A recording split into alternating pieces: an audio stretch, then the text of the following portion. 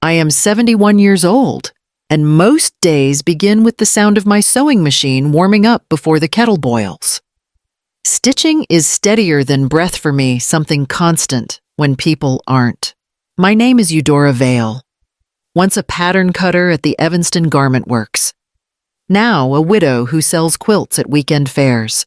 The rhythm of the needle keeps my hands busy and my thoughts quiet. Or it used to. That Saturday morning, the sunlight fell across the oak table in my craft room, catching on the spools of thread lined like soldiers by color. Coffee steamed beside my pincushion. I was sorting fabrics for the fair when Maritza, my daughter-in-law, appeared in the doorway. She wore a loose cardigan and too much perfume for that hour of the day. "Just stopping by before the store," she said brightly. "Rowley wanted me to check if you needed anything." Her voice had that practiced warmth she used at family dinners, the kind that came one tone too high, one beat too late. I smiled anyway. "I'm fine, dear. Just packing up the quilts." She stepped into the room, eyes darting toward the sewing box beside my elbow. It was an old wooden chest, edges worn from decades of use.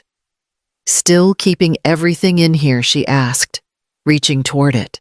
"You're so organized." Her fingers brushed the lid, lingering there longer than the question required. Then I heard it a soft crinkle, like paper folding inside a pocket. She lifted the lid slightly, enough to slide her hand into, and I caught a faint glimpse of brown wrapping before she withdrew. When she turned back to me, her smile was fixed, too polished for comfort. "I should get going," she said quickly. Didn't want to interrupt. "You never interrupt," I replied, steady as I could. My pulse wasn't steady, though. 25 years of teaching sewing classes had taught me how to read small movements. People show their fear in their hands long before it reaches their face. Maritza's hand trembled when she brushed a strand of hair behind her ear.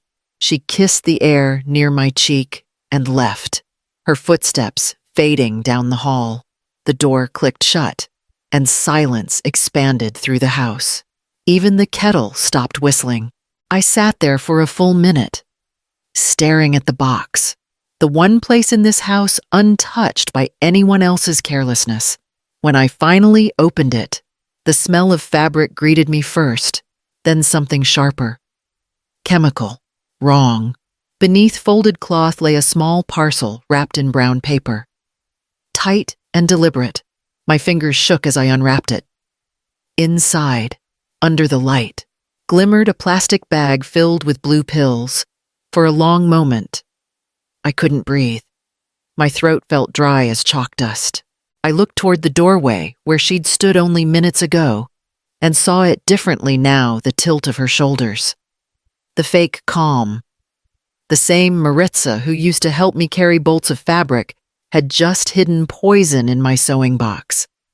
The morning sun hadn't moved, but the room felt darker. I closed the lid gently, the way you might close a wound, and pressed my palm against it until my hand stopped trembling. The kettle began to hiss again, steady and familiar, though nothing about the day felt ordinary anymore. I poured a cup of coffee and waited for my thoughts to line up neat, even, like seams before cutting. When they finally did, I knew this wasn't over. Not yet. I met Harold Vale when I was 19, in a workshop filled with steam and cotton dust. He was a mechanic who fixed the cutters I used at the Evanston Garment Works, quiet but certain in every movement. We married 2 years later and never left Illinois. Our lives weren't grand, just steady shift work, suppers at the same table, Sunday drives to Lake Michigan when we could afford the gas. When he died 6 years ago, the quiet he left behind was too large for one person to live with. I started teaching quilting at the senior center because silence needs company, even if it's strangers bent over fabric. The class money and my pension covered the bills, and the students filled my weeks with small, decent noise. Rowley worried about me at first. "You shouldn't live alone, Mom." He'd said that winter after the funeral. "I've lived with myself longer than anyone." I told him, I'll manage. He smiled. But I could see Harold in his eyes, that same kindness that keeps a person up at night wondering if they've done enough. 2 years later, he brought home Maritza. She was radiant, all quick laughter and sharp clothes. A marketing assistant at a downtown firm, at the wedding. She called me Mom without hesitation. And I almost believed her warmth was real. She used to help me carry bolts of fabric, ask about the patterns I taught. You make patience look easy, she'd say. But people change when money grows tight. It started small, missed dinners, her phone glowing late at night while Rowley slept. One evening, I stopped by their condo with soup and saw her pacing on the balcony, whispering fast into her phone. She smiled too hard when she saw me. Just work stuff, she said, voice thin as tissue paper. Rowley noticed too. She's been stressed. He admitted once over coffee. The job's cutting staff. She doesn't want to tell you because she hates worrying you. I nodded, though something in me didn't believe it. I'd spent decades reading the tension in fabric, too much pull, and the thread snaps. People aren't much different. When they moved closer to me last year, I tried not to think about why. They said it was to help me after my hip surgery. But I suspect it was the cheaper rent. I didn't mind. Family should be near. At least that's what I told myself. The first time Maritza asked to borrow money, it was for a car repair. Just $500, she said. Eyes wide. Fingers tracing the kitchen counter. Rowley doesn't need to know. I'll pay you back next month. I gave it to her. Of course I did. Mothers don't keep score. Then it became small loans here and there, groceries, insurance. Another unexpected fee. Rowley stopped mentioning her job altogether, and when I asked, he changed the subject. The night before, she slipped that package into my sewing box. I'd called to check in. Her voice was flat, distant. We're fine. Eudora, she said. You don't have to worry about us. But worry is what mothers do, even when their children grow up. Even when love has been tested so many times it should have torn clean through. Now, sitting at my table with that brown paper still fresh in my memory, I thought about all the ways I'd tried to help: loans, rides, favors, gentle advice, and how each had been taken as permission to take more. The stitches that hold families together aren't made of trust alone. They need resistance, tension, balance. Without it, everything unravels. And I was beginning to wonder if, all these years, my kindness had only been another name for blindness. The brown paper sat in front of me like something alive, breathing slow and steady on the table. I'd moved it from the sewing box to a clean napkin, afraid of touching it again with bare fingers. The paper was folded twice, neat and deliberate, no tape, just a single crease sealing the edges. I took a deep breath and opened it. The paper whispered as it unfolded, and the smell hit first plastic and something sharp. Chemical. Wrong. Inside was a clear plastic bag filled with pale blue pills. Round and perfectly uniform. They looked like candies. Harmless if you didn't know better, but I'd seen enough news stories to recognize them. Oxycodone. The kind that ruins families faster than time ever could. For a moment, my mind went blank. Then it filled all at once images of police raids, headlines, mugshots, handcuffs. A teacher from my old building had been arrested 10 years back for having half this amount in her car. I remembered her face on television, pale and wet with disbelief. I forced myself to breathe. Think, Eudora, I murmured. Think. My first instinct was to call Rowley. He'd know what to do. But the thought froze halfway through forming. If this was Maritza's doing, and if Rowley didn't know, then calling him could drag him into it too. Worse, if someone else already knew those pills were here, a call could make me sound guilty. I imagined the police knocking on my door, finding that bag in my sewing box, the reporters outside. Retired teacher arrested in Evanston drug case. The shame would live longer than I would. My hands trembled. One of the pills slid against the plastic with a dry click. I folded the paper back over the bag and pressed down until the edges sealed again. Then I pushed it across the table, as if distance alone could make it less real. The air felt thick, the house suddenly too quiet. I could still hear Maritza's voice in my head, too light, too casual, just stopping by. She'd smiled at me with the same mouth that said Mom on holidays. Why here? I whispered. My throat burned. Why me? I stood and began pacing the kitchen, counting my steps to keep from shaking. My eyes kept landing on the sewing box, still open on the table. Every thread, every needle, every careful piece of my life sat inches away from something that could destroy it all. I thought of Harold, how he used to say the world could spot a lie by the way someone's shoulders move. Never let fear hunt you. Dory, he'd told me once. Stand up straight and you'll see clearer. I straightened now, palms flat on the counter. My reflection in the window looked older than I remembered, but steadier too. The shock was giving way to something colder, sharper, clarity. If Maritza was hiding drugs in my house, it wasn't random. She wanted something. Maybe protection. Maybe a distraction.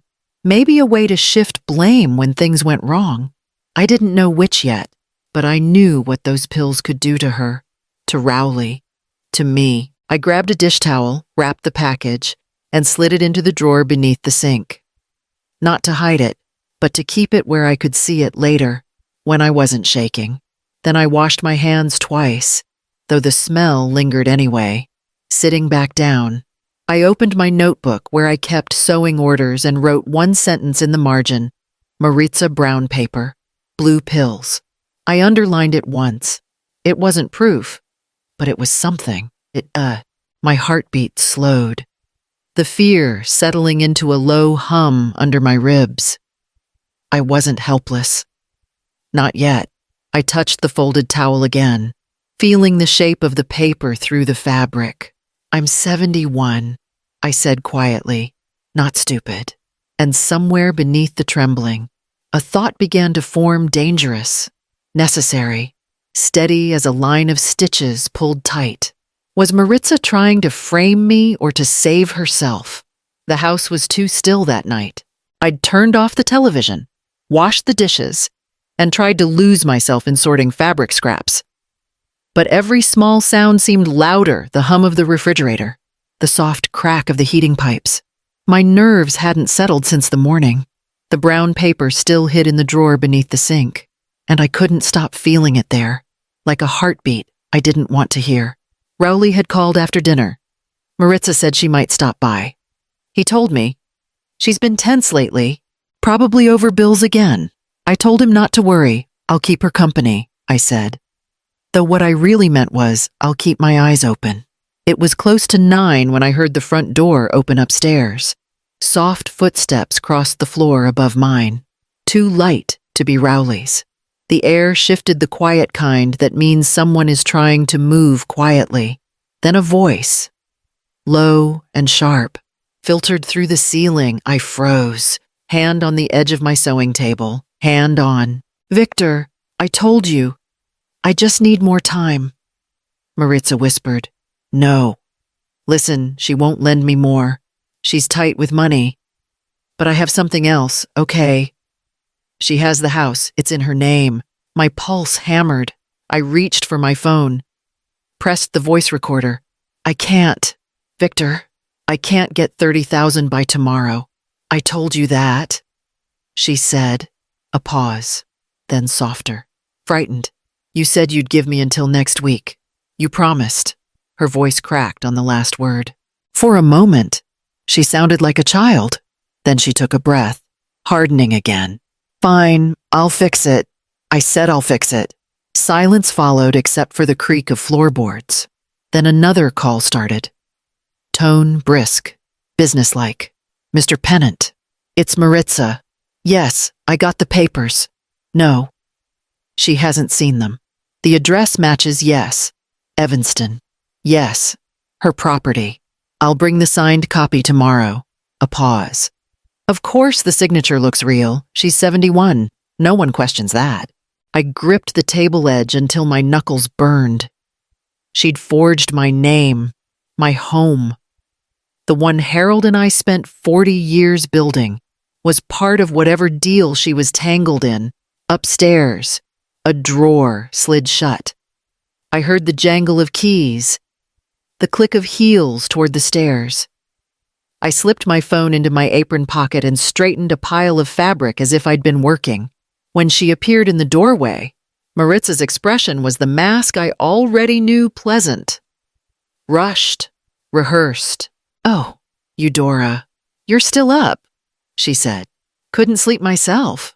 "Long day?" I asked, voice even. She nodded quickly, brushing invisible lint off her sleeve. "Work things. You know how it is." I looked at her carefully. Her eyes darted to the sewing box, then back to me. "Rowley mentioned you were worried about bills," I said. She laughed too loudly. "He talks too much. It's fine." "Really?" Her phone buzzed in her hand. She glanced at the screen, thumbed a message, and smiled with practiced calm. "I'd better get home. Big meeting tomorrow." When the door shut behind her, the quiet returned, heavier now. I pulled out my phone and replayed the recording, just enough to hear her voice again, trembling. Urgent and cruelly certain. "She has the house." I pressed stop and stared at the ceiling. The proof sat in my hand, and I finally understood what kind of danger lived under my roof. If she'd risk my freedom, what else would she sacrifice by morning? Fear had hardened into something sharper focus. I'd spent the night replaying her voice. The tremor under the words "she has the house." Every lie, every late-night call, every too smooth smile lined up like pieces of a pattern I'd been too tired to see before. When I taught sewing, I used to tell my students that fabric doesn't lie. Pull it too tight, and it puckers. Leave it loose. And the seam gaps. People are the same. Maritza's pattern was a mess. And I could finally see every crooked stitch. I sat at the kitchen table, the morning light cutting across the brown paper parcel still hidden beneath a dish towel.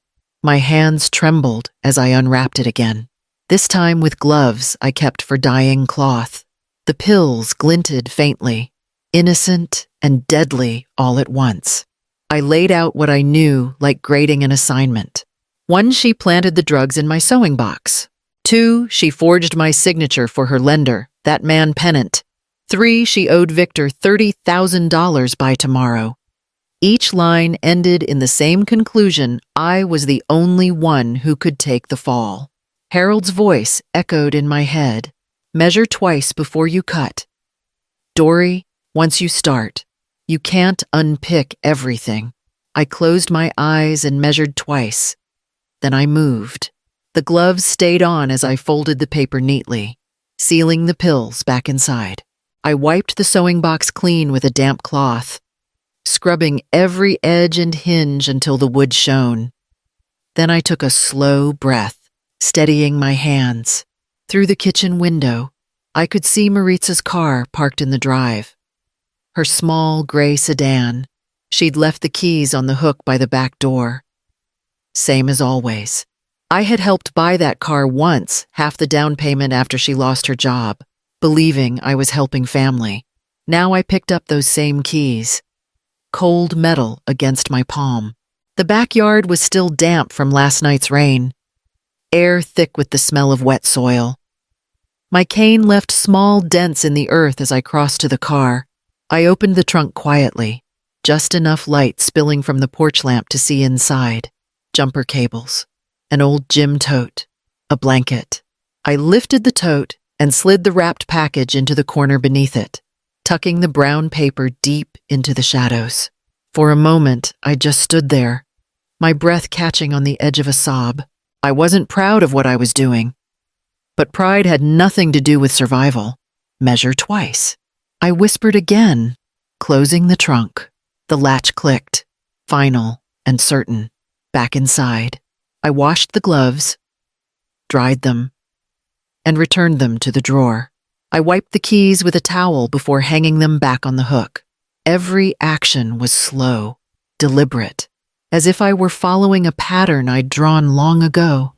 I made tea and sat at the table, waiting for my heartbeat to slow. Outside, the street was quiet, sunlight glinting on puddles. The sewing box looked ordinary again, resting open beside me with its rows of colored thread. My life. Clean and in order. A small laugh escaped me, low and bitter.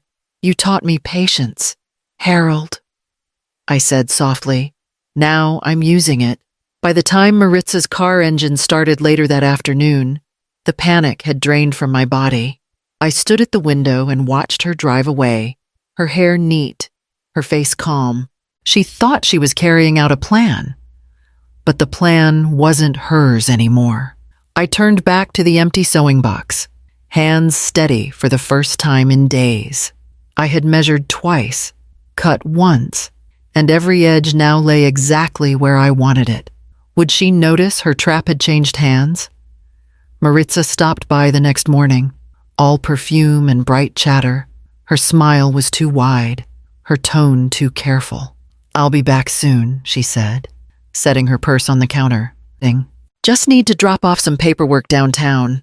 I nodded, pretending not to notice how her eyes flicked toward my sewing box. Drive safe, I said. The moment the door closed behind her, I moved to the window. She walked briskly to her car, slid into the driver's seat, and pulled away. My fingers tightened around the curtain edge. The quiet she left behind was sharper than any sound. I made tea, forcing myself to move slowly, to act like the morning was normal. 20 minutes passed, maybe 25. Then the phone rang distant, muffled. Not my phone, hers. Through the Bluetooth she always left connected when she stopped by. Her voice carried faintly from the driveway speaker system outside the kitchen window. Yes, I'm sure. My mother-in-law. She keeps pills in her sewing box. Oxycodone. She's been acting nervous. Yes, I'll stay close by. I froze, the cup halfway to my mouth. My heart thudded so loudly I could hear it echo off the tiles. She had done it. 5 minutes later, the first siren rose. Distant at first, then closer, howling down Central Street, bouncing off the brick houses like a storm breaking through calm air. 2 police cars stopped in front of the house, lights pulsing red against the pale morning. I opened the door before they could knock. Good morning. Officers. My voice sounded steady, even to my own surprise. The woman who stepped forward wore a navy jacket and a calm, professional expression. Mrs. Vale, Sergeant Noel Hart, Evanston Police. We received a call reporting illegal narcotics at this address. I blinked, recognizing her. You worked with Lincoln Elementary, I said softly. You helped run our school safety talks. Her eyes softened with recognition. Yes, ma'am. Long time ago. She hesitated. Do you mind if we come in? Not at all. Behind her, Maritza's car pulled up at the curb again. She stepped out, phone in hand, face arranged in perfect worry. Eudora, what's happening? I'm not sure, I said evenly, though we both knew I was. Noel glanced between us. We just need to take a look around. You're not in any trouble right now, Mrs. Vale. We just have to confirm some details. I stepped aside, letting them in. Please, check whatever you need. 2 officers began a quiet sweep of the kitchen. One carried a small camera, documenting everything. Noelle approached the sewing box, resting her hand on the lid. May I? Of course, I said. Maritza hovered near the doorway, hands clasped, pretending to wring them. I told her to get rid of them. She said breathlessly, I just didn't know what else to do. Noelle opened the sewing box. She lifted the top tray, then the lower compartments, rows of spools, scissors, a pin cushion shaped like a tomato, nothing else. She looked up. Everything here looks clean. Maritza stepped forward. Check under the fabric. She keeps a hidden pocket. Noel's partner pulled the fabrics aside. Still nothing. No contraband here, he said quietly. For a moment, silence filled the room, broken only by the faint hum of the refrigerator. Maritza's voice cracked. It was there this morning. I saw it. Noel turned, her eyes narrowing just a fraction. Ma'am, we'll need you to calm down. You made the report. Yes, Maritza stammered. She was acting strange. And I thought I'm fine, I said quietly. If you'd like, Sergeant, I can show you the rest of the house. Or perhaps you'd prefer to check the vehicles parked outside. Noel studied me for a moment, then gave a small nod. We'll take a look at the driveway. Maritza's face drained of color. My car. Why my car? Noel's tone stayed calm. We check everything associated with a report. Ma'am. Just procedure. I stood by the window as they stepped outside. The red lights still flashed across the front lawn, washing the curtains in color. My hands were steady now, almost cold. From the porch, I heard Noel's voice call for the K9 unit. A few moments later, the low bark of a dog echoed through the driveway, followed by the soft click of a trunk opening. Maritza's voice rose, pleading, You can't wait. There's nothing there. The dog barked again, then silence. Noel's voice, firm and low, carried through the open door. Found it. I closed my eyes, exhaling through my nose. Not from relief, but from the strange calm that comes when the truth starts to move on its own. Would truth be enough to outsmart deceit? The kitchen smelled faintly of coffee and polish when the agents came back inside. Their shoes left wet prints on the tile. Noel stayed near the door, her expression steady but unreadable. A taller man in a black windbreaker stepped forward and introduced himself. Agent Dunley, with the Drug Enforcement Administration, he said. His voice was polite, clipped, the tone of someone who'd said those same words 100 times. Mrs. Vale, we'd like to take a look at the sewing box mentioned in the report. I nodded toward the counter. It's right where it always is. Maritza stood behind him, trying to look concerned.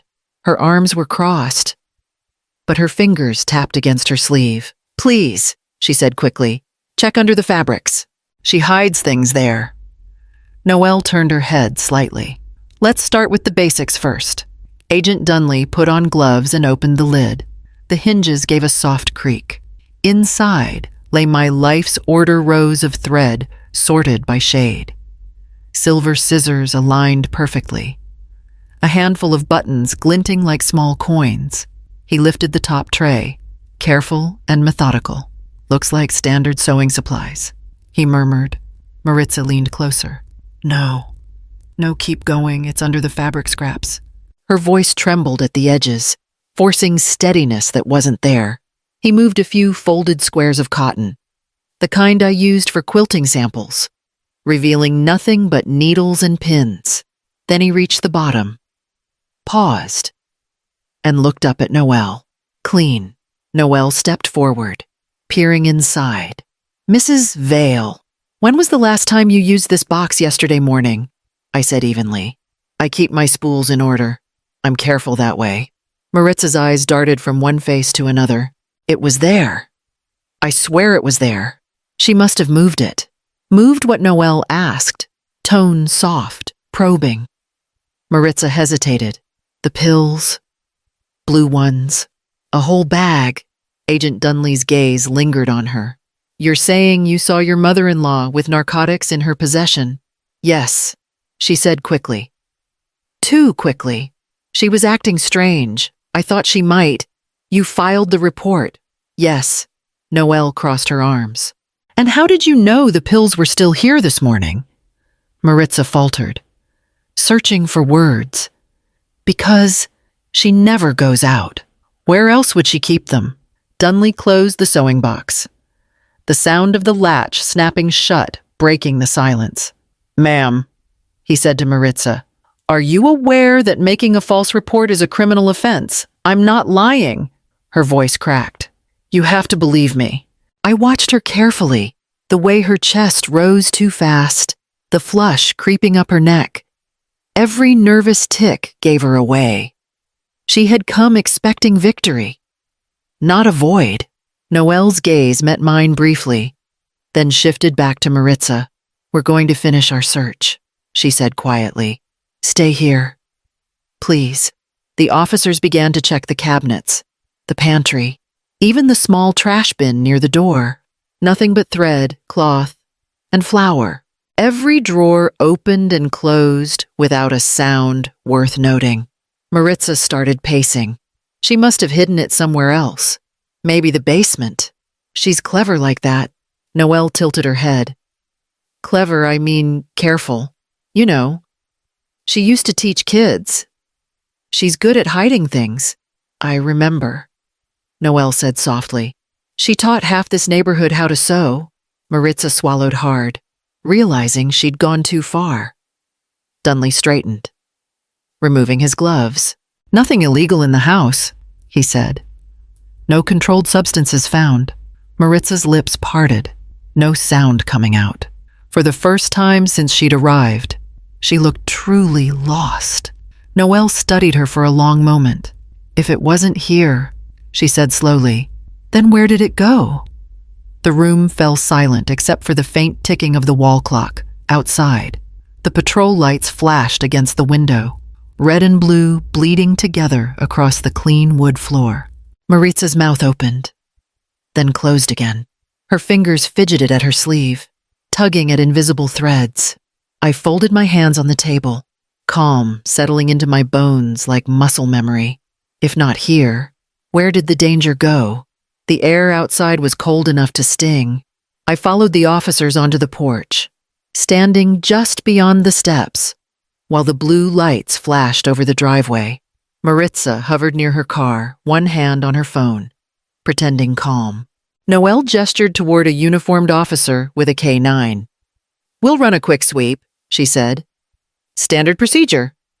Maritza's smile was tight. You don't need to do that. I told you where to look. She already moved everything. Noelle's voice stayed gentle. Then it should be an easy check. The officer opened the gate, and the dog trotted forward, nose low, tail straight. The air filled with its steady breathing, the soft click of paws against pavement. It circled the car once, then again. Slowing near the back bumper, its ears twitched, and it sat abruptly, staring at the trunk. The handler gave a short whistle. Alert. Noelle turned toward Maritza. Ma'am, is this your vehicle? Maritza blinked fast. Yes, but that's impossible. There's nothing. We'll need your consent to open the trunk. Noelle interrupted. You can watch while we check. Maritza hesitated, eyes darting to me. You see, she's doing this on purpose. She's setting me up. I folded my hands in front of me. I'm just standing here. Dear. She hesitated 1 second too long before muttering, fine, and unlocking the car. Agent Dunley, the taller man, put on gloves and lifted the trunk lid. The smell of rubber and faint perfume drifted out. Inside sat a spare tire, a blanket, and the same gray gym tote I'd seen there a dozen times. He moved it aside, checked the lining, then froze. His hand slipped under the tote, pulling out a small parcel wrapped in brown paper. The light from his flashlight caught the faint outline of the folded edges. Maritza's voice cracked. That's not mine. Dunley unwrapped a corner, revealing the glint of a clear bag filled with blue pills.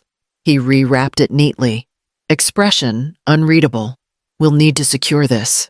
Noelle took a slow breath, her tone careful.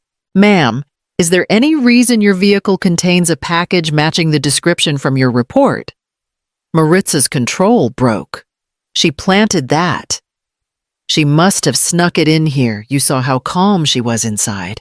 She's done this before. I haven't moved from the porch, I said quietly. But you can check for fingerprints. You'll find hers, I expect. Maritza turned toward me, trembling with fury. You're lying. You're twisting everything. Noelle stepped between us. Let's take a breath.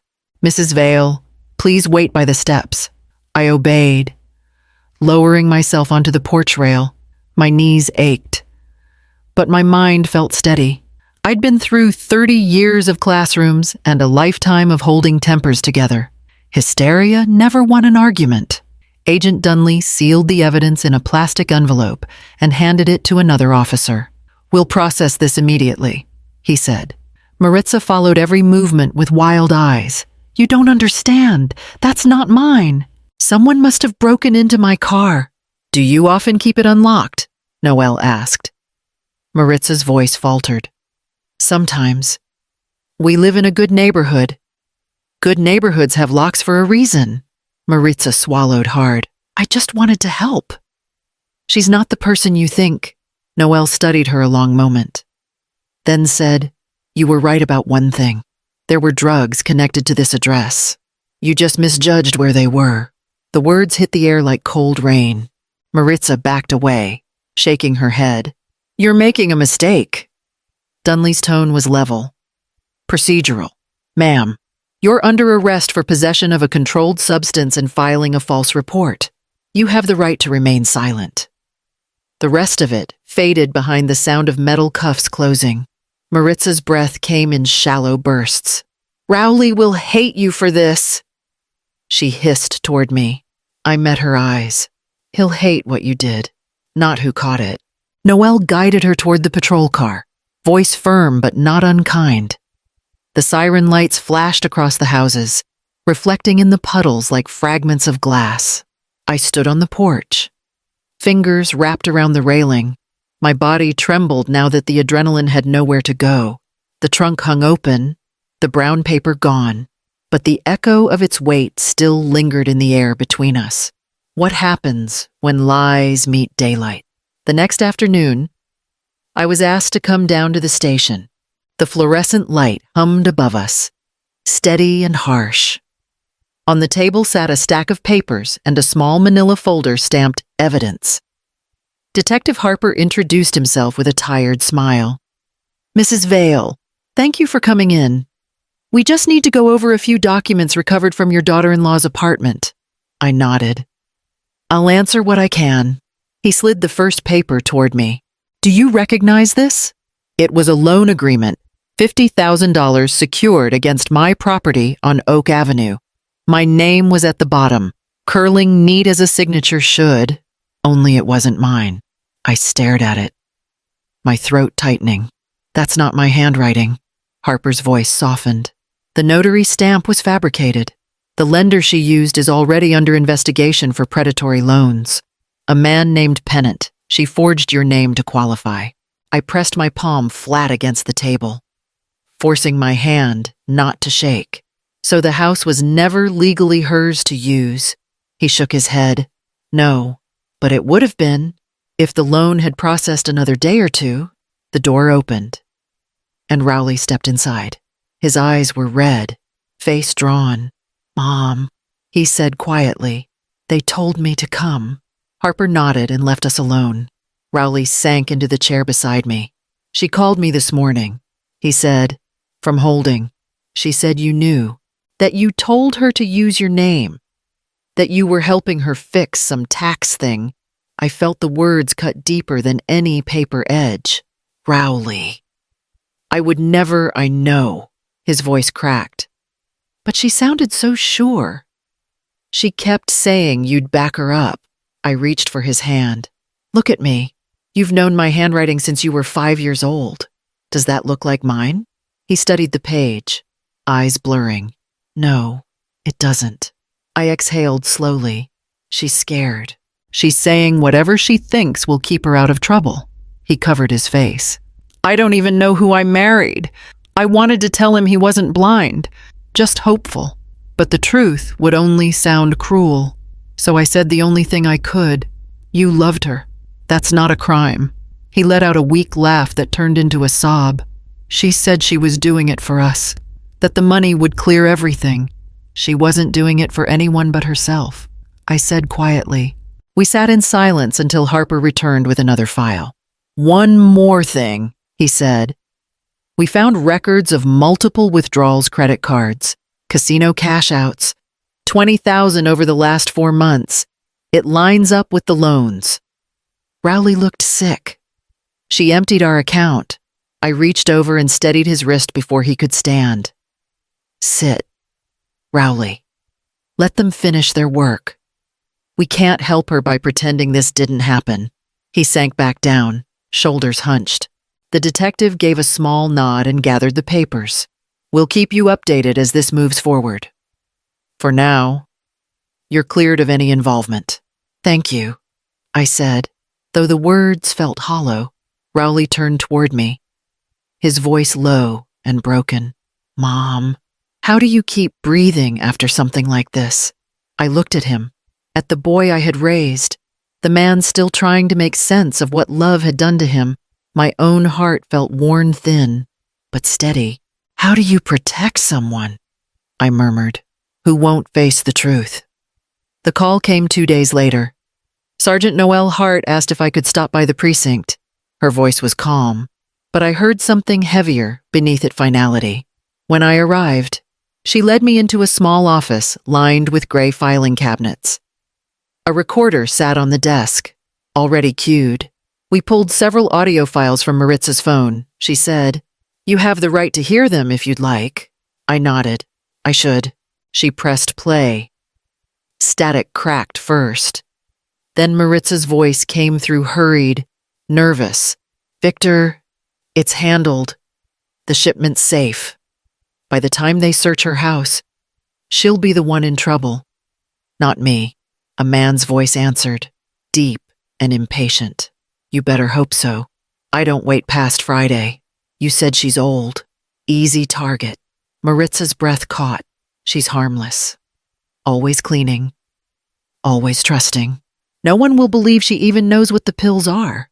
I flinched at the sound of my own life turned into her defense. Noelle clicked pause. "We found several messages. 2, she said quietly. Photos of your sewing box. Timestamps from the day of the tip. She sent them to 2 numbers labeled Victor and Pennant.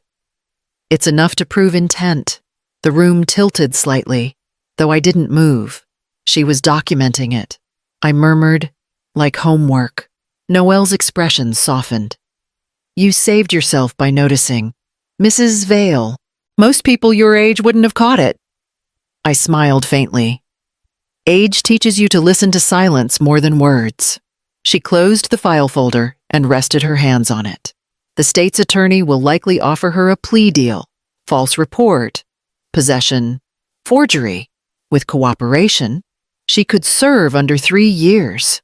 I stared at the recorder. 3 years. I repeated, "That's all it costs to destroy a family." Noelle hesitated, then said, "You did the right thing." I met her eyes. "There's no right thing in this. There's just what keeps you breathing." She didn't argue. She gave me her card and walked me to the door, pausing at the threshold. "You'll need to rest. Let us carry it now." When I stepped outside, the sun was already lowering over the lake, gold spilling across the pavement. The air smelled of salt and iron. Sharp and clean. I hadn't noticed how small my breaths had become until that moment. At home, I set my purse on the counter and sank into the chair by the window. The sewing box sat open where the officers had left it. Spools of thread untouched. It looked innocent again, but the air around it still felt changed.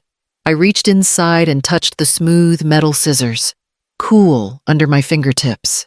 Tears came slowly, not from pride or relief, but from something deeper, the kind of sorrow that lives in the quiet corners of safety once danger is gone. I closed the lid gently, the latch clicking into place, and whispered to the empty kitchen, "You didn't deserve this house, Maritza." But neither did I deserve your hate. Outside, a siren wailed somewhere far away, a fading echo of what had passed. I sat there until dusk, tracing the seam between grief and calm, wondering what's left when your home feels innocent again, but your heart doesn't. The rain started before he even reached the porch. I watched through the window as Rowley's car pulled up, wipers scraping slow against the glass. He sat there for a while, hands tight on the wheel, his face a pale reflection in the drizzle. When he finally came in, he didn't take off his coat. Water dripped onto the floor as he stood by the doorway, eyes fixed somewhere beyond me. They set her bail at $15,000, he said, voice low and rough. She can't pay it. I nodded. The court will assign counsel. He gave a short, humorless laugh. That's it. That's all you have to say.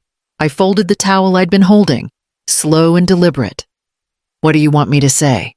Rowley, that you didn't have to go that far, that you could have. He stopped, swallowing the rest. You turned her in. Mom! I looked up at him, meeting his eyes. No, I said quietly. She turned herself in when she called 911. His jaw tightened. She said you planted those pills. I took a deep breath, the kind meant to keep your hands from shaking. And you believe that he didn't answer right away. He just stared at the window, watching the rain stripe the glass. I don't know what to believe anymore. Then start with what you do know, I said softly. You know I've never lied to you. You know I would have given her anything if she'd asked with honesty. He turned, eyes wet. She was desperate. Mom! You saw how scared she was. She made mistakes. But she's not evil. No, I said, voice breaking. She's not evil. But desperation doesn't excuse destroying someone else's life. He looked like a man caught between two cliffs, both too far to reach. Do you think I'm not hurting too? He asked. That I don't wake up wondering how I missed it all. I moved closer. The distance between us filled with years of love and the weight of betrayal. I know you're hurting. You loved her. He nodded, pressing his hand against his forehead. She said you wanted to see her fail, that you never liked her. That's not true. I said I wanted to see her live right. There's a difference. He sat down heavily at the kitchen table, the same place where all our arguments had started and ended since he was a boy. She's going to prison. Isn't she? I don't know. I said honestly, the court will decide. Rowley leaned forward, elbows on his knees. If she does, she'll never forgive you. And I'm not sure I can either. That one landed deep. I could feel it in my bones, but I didn't let my voice tremble. If loving her means pretending she didn't try to ruin me, then I guess that's what you'll have to carry, not me. He rubbed his face with both hands, exhaling hard. You talk like it's simple. It's not simple, I said. It's survival. The room fell into silence. Only the rain spoke, pattering steady against the windows. Rowley looked up finally, eyes tired, older than his years. I need time. I know, I said. Take all you need. He stood, turning toward the door, his shoulders sagged, coat still damp. At the threshold, he paused. You always told me to choose the truth, but you never warned me what it costs. I didn't know it would cost this much. I whispered. He left without looking back, the door closing soft behind him. The house absorbed the quiet like fabric taking dye, slow, permanent. Outside, the October rain kept falling, cold and unending. I sat at the table he'd just left, staring at the 2 cups of untouched tea. Can love survive when truth wins? The courthouse smelled faintly of varnish and coffee. Too clean, too official for something that had already dirtied every part of my life. I sat in the second row, my hands folded around my cane, watching the bailiff lead Maritza through the side door. She wore the same gray sweater I'd bought her last Christmas. It hung loose on her now, sleeves swallowed to her wrists. Her wrists, in turn, were cuffed. The sound of those chains was smaller than I'd imagined, yet it filled the whole room. Rowley sat 3 chairs away, eyes fixed on the table in front of him. He hadn't called since the night of the rain. I didn't expect him to. The judge entered, a tall woman with a steady voice. This hearing will address pre-sentencing and formal charges regarding the defendant, Maritza Vale. Her lawyer stood first, a young man with thinning hair and a tone polished from practice. Your Honor, my client acknowledges her role in the possession of controlled substances and in the false report filed against her mother-in-law. However, we ask the court to consider mitigating factors. She acted under the pressure of external threats, addiction, debt, and intimidation from a known trafficker contributed to her actions. He glanced briefly toward me, as if searching for sympathy. I gave him none. The prosecutor rose, voice crisp. Your Honor, the state recognizes hardship, but intent here is indisputable. We have recordings where the defendant clearly discusses framing Mrs. Eudora Vale to avoid payment to a supplier named Victor Pennant. We have the defendant's fingerprints on the package recovered from her vehicle, and we have forged documents using Mrs. Vale's signature to secure fraudulent loans. These are deliberate acts. He turned toward the screen beside the bench. A recording played Maritza's voice. Quiet, but unmistakable. She's old, careful, perfect for this. No one will question her. I looked down at my lap, at the knotted pattern of my gloves. I had made them during Harold's last winter alive. My fingers traced the stitches now, one loop at a time, grounding myself in small things that still made sense. Maritza stared at the floor. Her lawyer whispered something, but she didn't answer. The judge leaned forward slightly. Mrs. Vale, she said, addressing me, you're not required to speak, but you may, if you wish. I shook my head once. My throat wouldn't allow it. Words were too sharp to risk using carelessly. Very well, the judge said. Given the volume of evidence, I am ordering a pre-sentencing evaluation. Final sentencing will occur in 4 weeks. The defendant will remain in custody until that date. Maritza finally looked up. Her eyes searched the room and found Rowley. Please, she whispered, barely audible. Tell her I'm sorry. He didn't move. His gaze dropped to the tabletop, shoulders rigid. I saw the tremor in his jaw, the same one Harold used to get when he tried not to cry. The bailiff took Maritza by the arm, leading her toward the exit. As she passed me, her sleeve brushed against my cane. It was the smallest contact, but it burned like fire through fabric. Outside the window, light fell through the stained glass of the old courthouse, colors spilling like pieces of a quilt, blue, red, gold.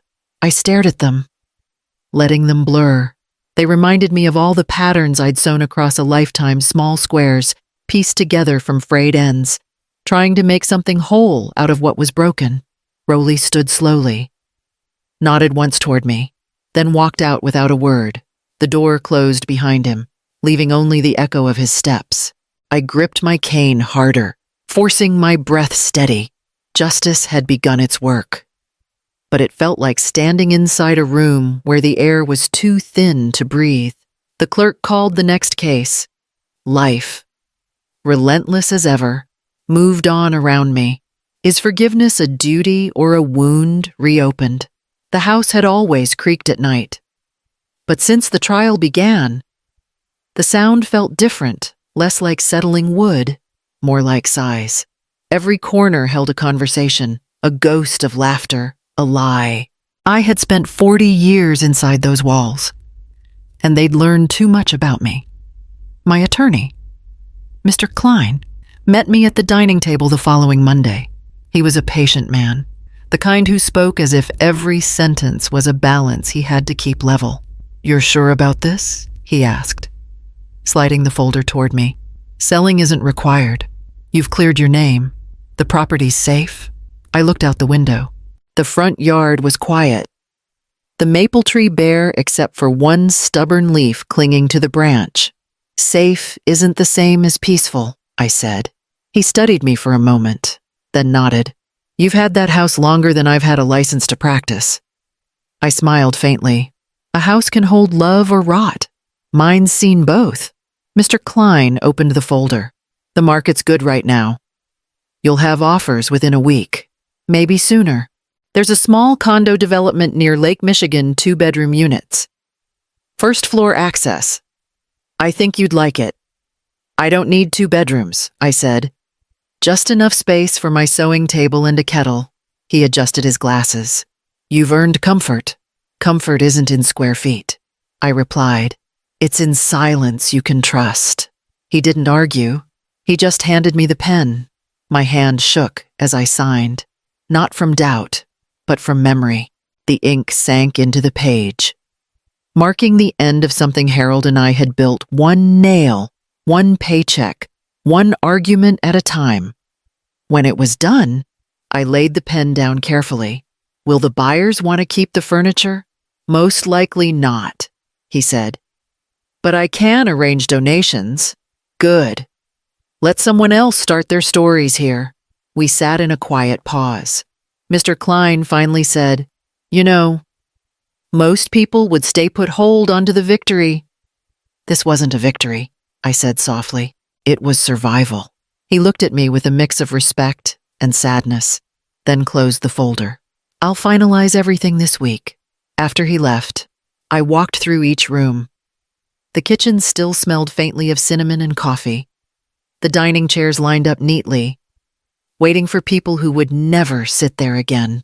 I ran my hand over the banister, the same one Rowley used to slide down as a boy. The house didn't fight me. It simply stood there, quiet, like it knew the end had come. I packed one box that evening, my sewing kit, Harold's photograph, a folded quilt made from his old work shirts, and a single coffee mug.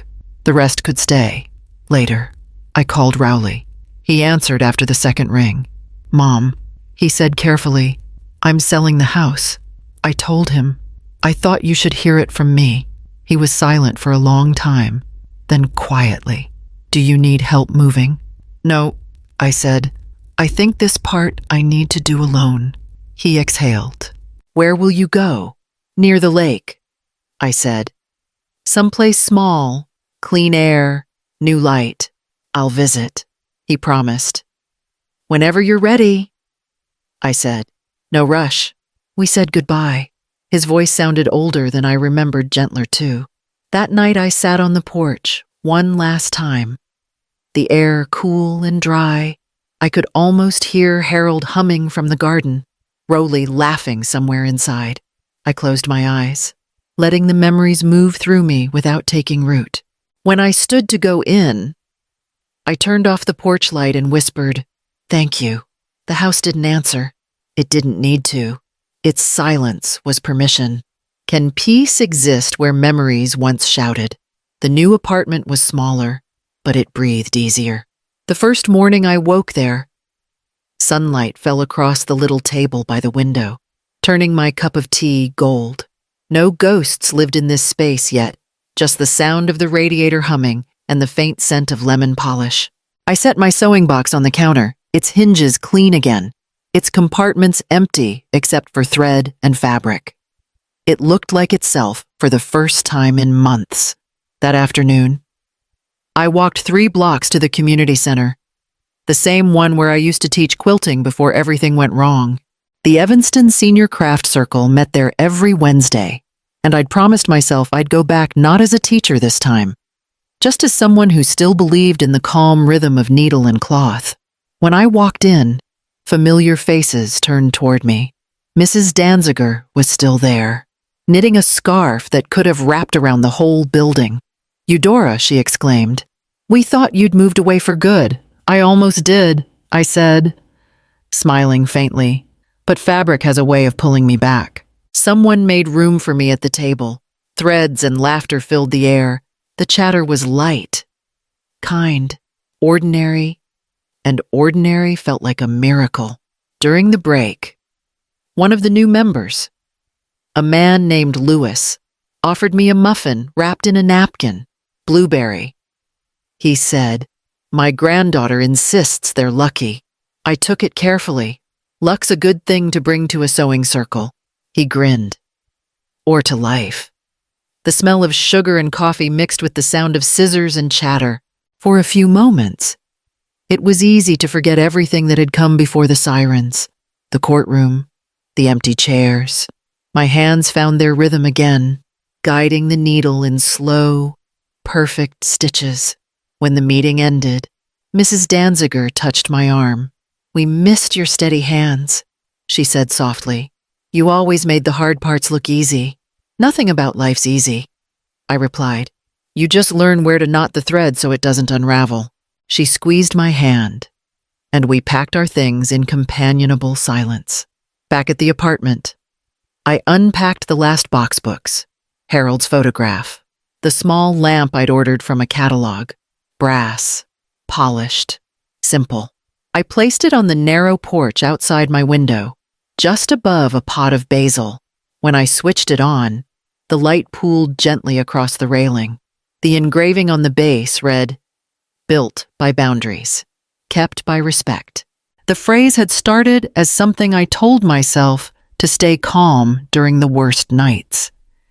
Now it was my reminder that love, when trimmed properly, could be strong without fraying. A soft knock sounded at the door. My new neighbor, a young woman with a baby on her hip, smiled shyly. "We live next door," she said. "We brought banana bread. Just thought we'd say welcome." I accepted it, the warmth of the loaf seeping through the foil. "That's very kind," I said. "Come by anytime. I make coffee strong enough to fix most problems."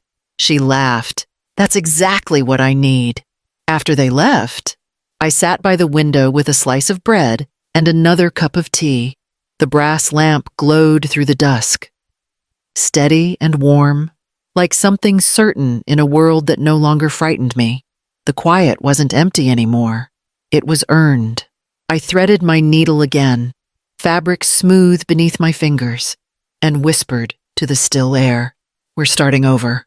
Harold, one stitch at a time. Does calm mean forgetting or finally remembering right?"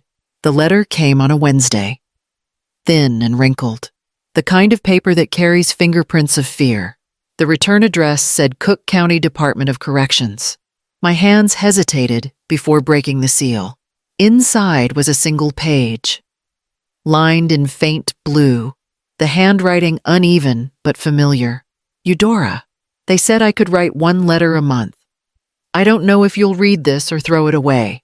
I'm sorry, but you'll never understand why I did it. You've always had control. I never did. You built your life on rules. I built mine on trying to survive them. Maybe that's the difference between us.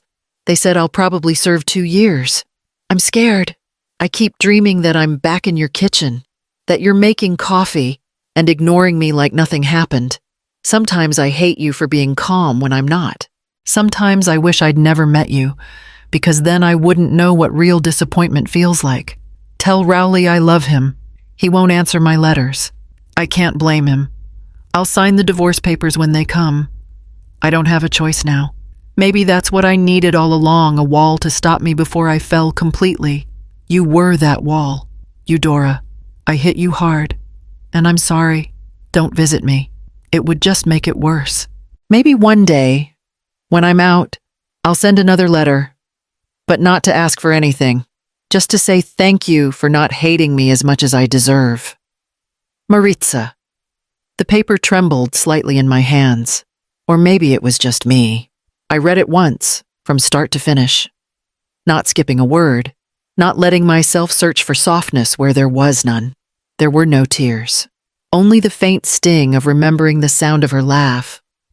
The first time she'd walked into our house holding Rowley's hand. So much had unraveled since then, and yet her handwriting still curled the same way at the end of her sentences, like someone trying to make something ugly look graceful. I laid the letter flat on the table. The brass lamp by the window flickered slightly, catching the edge of the page. I thought of visiting her, of sitting across a glass wall, hearing her voice filtered through static, asking me to forgive what I couldn't forget. But forgiveness had become something too sharp, too fragile to hold without bleeding. Instead, I reached for my notebook, the one I'd started after moving. Its cover stamped in gold letters, boundaries and blessings. Inside, I'd written bits of wisdom I didn't want to lose, things my students once said. Things Harold used to murmur over coffee, things I'd learned the hard way. I placed Maritza's letter between the last 2 pages, folded neatly. I didn't tear it, didn't burn it. It didn't deserve rage, just containment. The doorbell rang softly. Mrs. Danziger from the craft circle, dropping off a bag of yarn. I thanked her, made polite small talk, and watched her leave, her laughter echoing faintly down the hall. When I returned to the table, the letter sat there like a truth that had lost its heat. I slid it back into the notebook, closed the cover, and tied the ribbon around it. Then I turned on the lamp, on the house. Its warm light spread across the quiet room. Steady and clear, I whispered. Not to her, not even to myself, but to the air that had carried so much noise for so long. This house is mine now in peace, not in victory, outside. A wind rattled the window once and then stilled. When forgiveness costs peace, which do you choose? The brass lamp outside my porch burned with a quiet, steady light. I had polished it that morning. The engraving shining clear again, built by boundaries. Kept by respect. It was strange how a simple phrase could feel like both armor and prayer. A soft knock came at the door. When I opened it, Sergeant Noelle Hart stood there. Raincoat half unbuttoned, a folder tucked under her arm. I hope I'm not disturbing you, she said. Not at all, I replied. Come in. You look like you've been out all day. She smiled faintly. Part of the job. I just wanted to give you an update in person. Thought you'd want to hear it directly. We sat at the small kitchen table, the same one where, months ago, I'd unwrapped a package that nearly ended my life as I knew it. Noelle opened the folder. Maritza entered a plea agreement this morning. 2 years with mandatory rehab, community service, and restitution payments once she's released. No appeal. I let out a slow breath. So she accepted it. She did. Noelle said. Her attorney mentioned she's been attending counseling sessions inside already. The court sees progress. Progress. I echoed quietly. That's something. Noelle hesitated, then added, Your son's been in contact with us too. Rowley started family therapy last week. He said he's ready to work through what happened.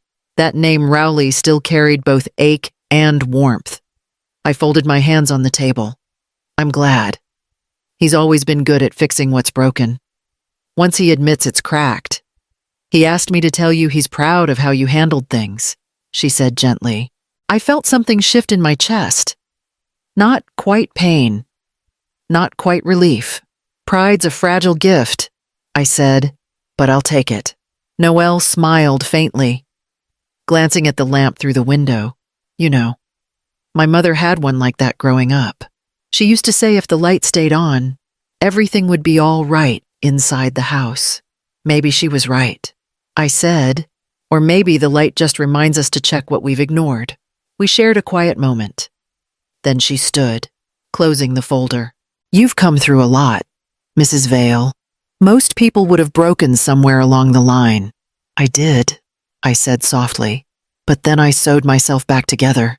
That made her laugh. A small, genuine sound. I suppose that fits you perfectly. When she left, the porch light caught on the edge of her badge as she stepped into the rain. I watched her walk down the path until the darkness folded around her. Later, I made tea and carried it to the porch.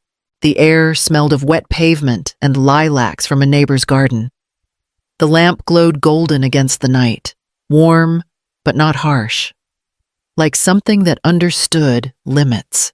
I thought of Maritza somewhere in a gray facility, learning to breathe again without lies. Of Rowley, sitting across from a counselor, searching for words to name what still hurt. I sipped my tea and whispered to the light. Good. Maybe she'll learn to mend. The wind moved through the street, brushing against the glass. Gentle this time. Inside my sewing box, just thread and fabric again, lay a folded note I'd written weeks ago. Respect is not a gift you give. It's a boundary you keep. I closed the lid, the same motion I'd done 1,000 times. Only now it felt final. The lamp outside stayed lit, golden and sure, casting just enough glow to guide anyone willing to find their way back home. Can a heart rethread itself after tearing clean through? A full year had passed since the courthouse. Though some days it still felt nearer than yesterday. Spring came early that year, the kind that softened the lake air and made the light feel forgiving. From my balcony, I could see the water glinting through gaps in the trees, small waves like silver thread under the sun. I was finishing a quilt for the charity auction at the Evanston Senior Center, a project stitched from donated scraps. Each square signed by someone who had survived something hard. I had promised myself that when the last seam was done, I'd stop carrying the past like a heavy spool. The doorbell rang, a single, familiar tone. When I opened the door, Rowley stood there holding 2 paper cups. "I brought the good coffee," he said, managing a smile. I stepped aside.